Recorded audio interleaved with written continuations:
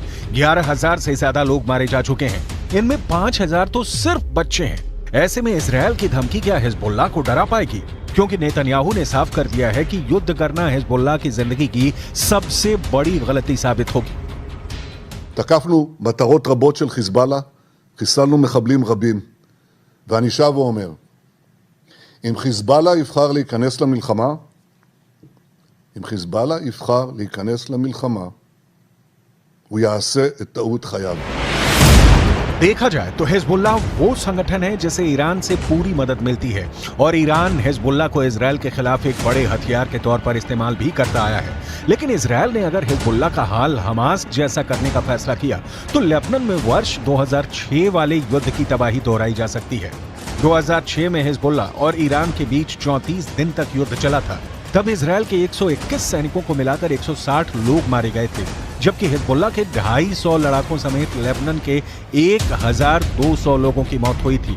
हम अपनी video library से 17 वर्ष पहले लड़े गए इस युद्ध की तस्वीरें निकाल कर लाए हैं ताकि इस बात का अंदाजा लगाया जा सके कि इजरायल फिर से लेबनान का वही हाल कर सकता है जो इस बार वो गाजा का कर रहा है। इसलिए हिजबुल्लाह को नेतन्याहू की धमकी को बहुत गंभीरता से लेना होगा, क्योंकि इजरायल अब बेरूत को दूसरा गाजा बना देगा। ये वो साफ साफ कह रहा है। 2006 का इजरायल लेबनान युद्ध संयुक्त राष्ट्र के दखल के बाद सीज फायर के साथ खत्म हुआ। इजरायल के टैंक लेबनान के अंदर घुस गए थे। तब भी इजरायल का मरकाबा टैंक सबसे खतरनाक युद्ध मशीन बनकर लेबनान पर टूट पड़ा था। हालांकि सीज फायर के बाद इजरायल को बड़ा घाटा हुआ, उसकी फौज को लेबनान से पीछे हटना पड़ा। यही वजह है कि हिजबुल्लाह 2006 में हुए युद्ध को अपनी जीत बताता रहा है, क्योंकि इजरायल एक सेना नहीं बल्कि मिलिशिया को भी हराने में नाकाम रहा था। हालांकि हिजबुल्लाह को भी बड़ा नुकसान उठाना पड़ा था।